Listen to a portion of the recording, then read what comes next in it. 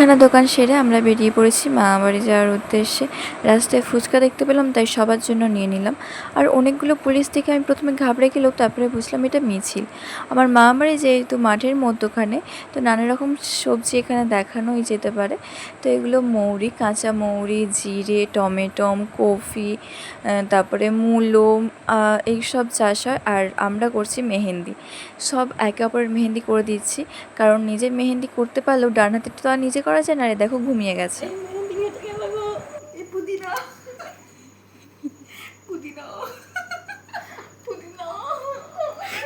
এটার ঘুম ভাঙানো হচ্ছে সন্নকা পুদিনা করে, বেচারা ঘুম আর ভাঙছে। তো এইভাবে আমাদের মেহেন্দি শেষ ছিল। এখন হচ্ছে মাম্মামের জন্য আমরা স্টিকার নিয়ে আসছিলাম, যেহেতু বেশিক্ষণ রাখবে না তাই জন্য।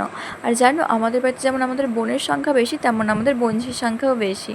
তো এটা হচ্ছে আমার আরেকটা দিদা, এটা আমার